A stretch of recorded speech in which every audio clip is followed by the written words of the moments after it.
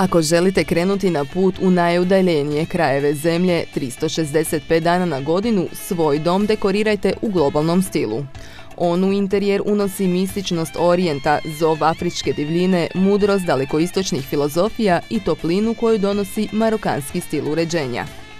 Globalni stil karakterizira upotreba prirodnih materijala, posebice egzotičnijih vrsta drveta poput tikovine, vengea, bambusa i pletenih materijala, dok privlačnu kolorističku shemu primarno čine tople i zemljane boje.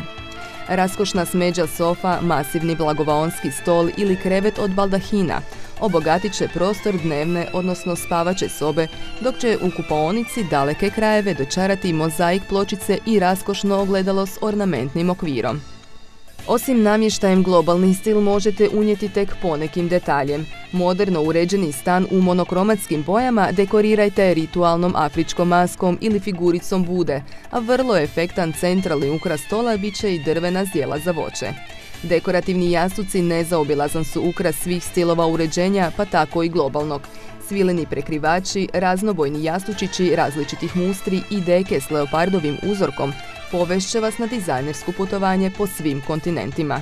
Interijer, čija je osnova jednostavan japanski stil, odlikuju neutralne boje i ravne linije.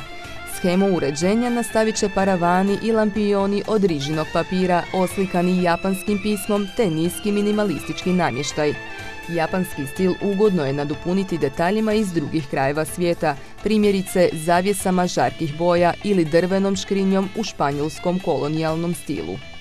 Crvena, narančasta, zelena te sve nijanse smeđe, kao i elementi od kovanog željeza i mnoštvo ukrasnih jastuka glavne su odlike marokanskog stila. Atmosferu će upotpuniti i lusteri i lampe izrađene od stakla u boji te perzijski sagovi i podni jastuci. Ako svoj dom želite obogatiti zelenilom, a istovremeno u njega unijeti i notu egzotike Meksika i Dalekog istoka, u kut sobe smjestite malenu, ukrasnu palmu ili agavu, a na klub stolić bonsai drvce. Interijer će obogatiti i mirisni štapići i svijeće, a tropski ugođaj stvorit će tradicionalni indonezijski krevet od tikovine prekriven tkaninama u zlatnim i smeđim tonovima.